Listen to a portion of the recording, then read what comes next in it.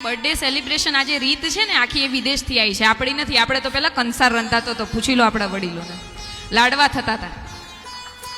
તો આ ભાઈ બહેનની જોડી તેમ કે છે કઈ વાંધો નહીં, મીઠાઈ તરીકે તમે ઓલું ના ખાવ ને કેક ખાઓ, કઈ વાંધો નહીં, છોકરાઓને ભાવે છે. આપણે કંસાર બનાવીને માને ધરાવીએ અને બાળકો માટે કેક લાવીએ, એટલી છૂટ પણ આપી, કેમ કે વિવિધ ભોગ મર્યાદ, વિવિધ ભોગ ખરા પણ મર્યાદામાં. ત્યાં જઈને વિદેશમાં પૂછ્યું મેં કે આ સંસ્કૃતિ, આ જે રીત રિવાજ છે એ શું છે, તો ત્યાંના લોકોએ એવું મને જણાવ્યું કે અહીંયા આગળ બાળકોને એવું શીખવાડવામાં આવે છે કે blow the candle and make a wish. આ જે કેન્ડલ છે, આ મીણબત્તી છે, એને ફૂંક મારો અને પછી વિશ માંગો, પ્રાર્થના કરો આપણા ઈષ્ટને, આપણા ભગવાનને કે મારી આ ઈચ્છા છે તમે પૂરી કરજો.